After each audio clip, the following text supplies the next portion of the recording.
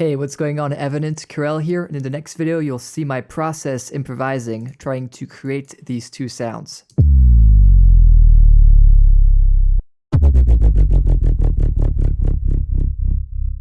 Alright, so let's go back in time and see how I made this. Pick a note that is pretty low, so the lowest audible sub to me is probably C0, with serum sounds like this. So if we take just a sine wave, it's a pretty low sub, so I'm going to add a bit of harmonics to make sure it's audible on smaller speakers.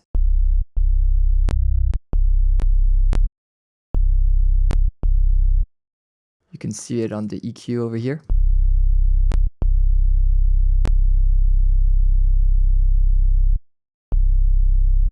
Alright, so next what I'm going to do is take LFO1 here and map it to global pitch. So the only way to do this, sadly, is to matrix and take this little detour, type in LFO1 destination global master tuning, set it to one direction, put the amount of it.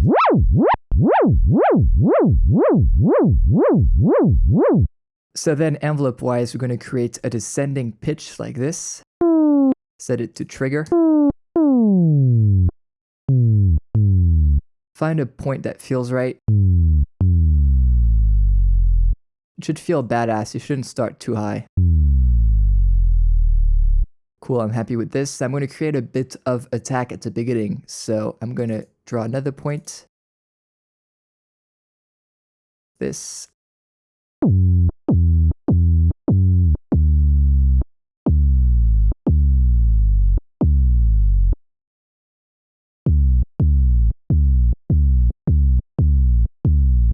Pretty good, a bit clicky, so I'm going to turn down the attack a little.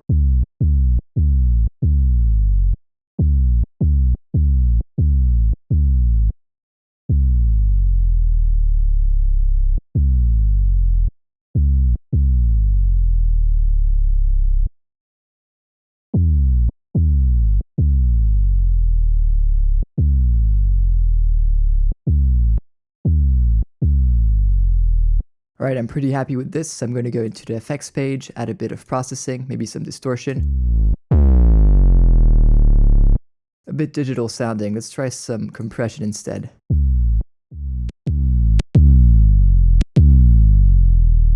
Yeah, this feels a bit more badass.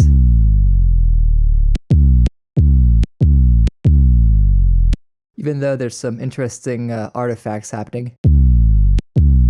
No idea where this comes from, but interesting. So one thing I usually do is copy LFO1 by holding Alt to LFO2. So the timing is the same, then I can draw a new shape like this. And I'm going to assign that to volume level. Basically what I'm doing here is making sure that the volume at the beginning of the sound is a bit lower, then when we go to the sub it's a bit louder.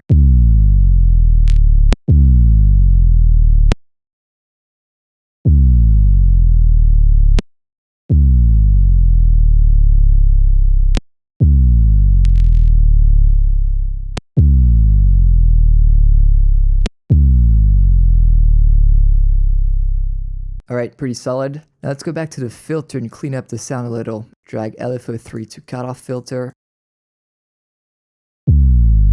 So I'm going to start low.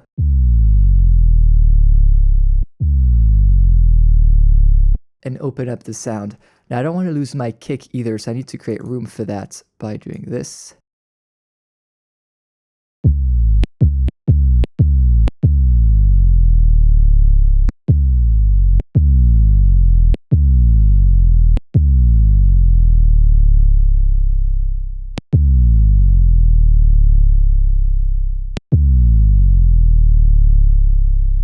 Should be good enough. Going to print that to audio.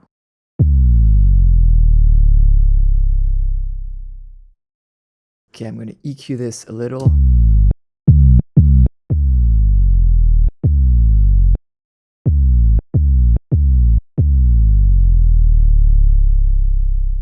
Pretty clean sub. Now let's add a bit of crazy processing to this. So let's maybe add some LFO tool. Set something like this maybe.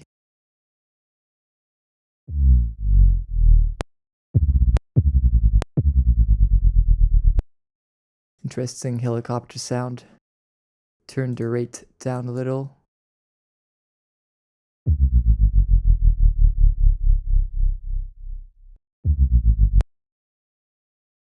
going to put this through some overdrive.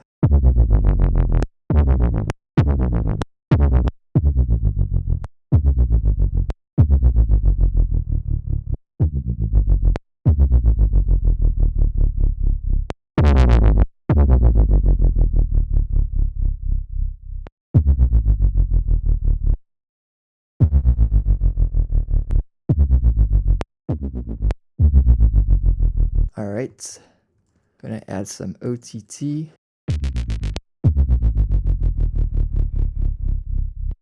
Now this is a bit lame, so I'm gonna create some width with some interesting effects, but I don't want my sub to be wide, so I'm gonna do instead multiband processing. So to do that, I'm gonna take KP split.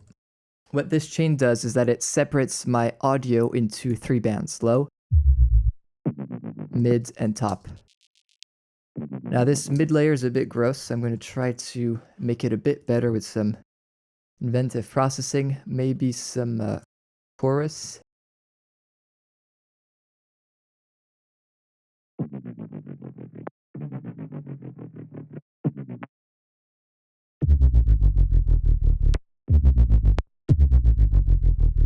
Yeah, that's kind of nicer. The top could maybe benefit of some compression.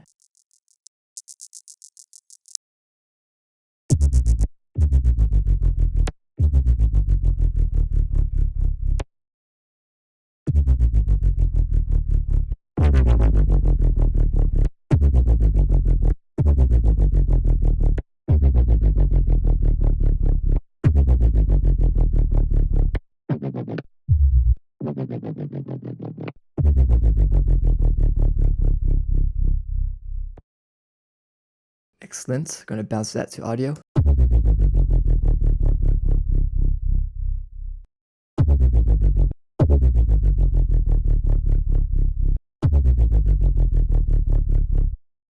The attack's a bit much, so I'm going to clean that with some fade in.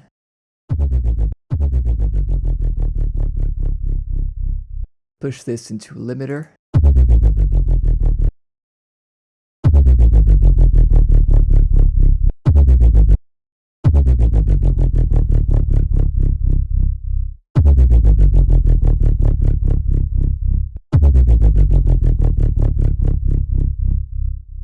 Pretty good. Maybe a titsy bit of reverb just to put it into a little space.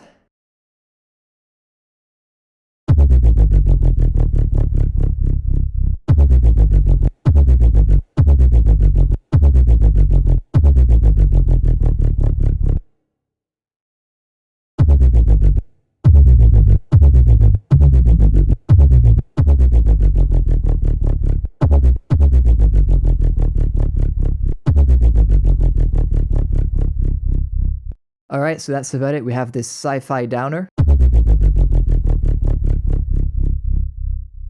And we also have this more licensable but simpler sound, the clean sub downer.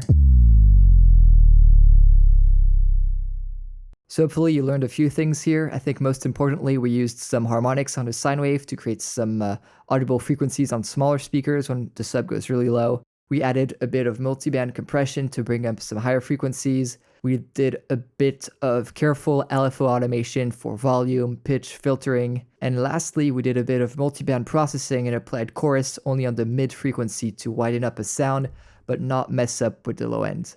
Thanks for watching. See you in the next one.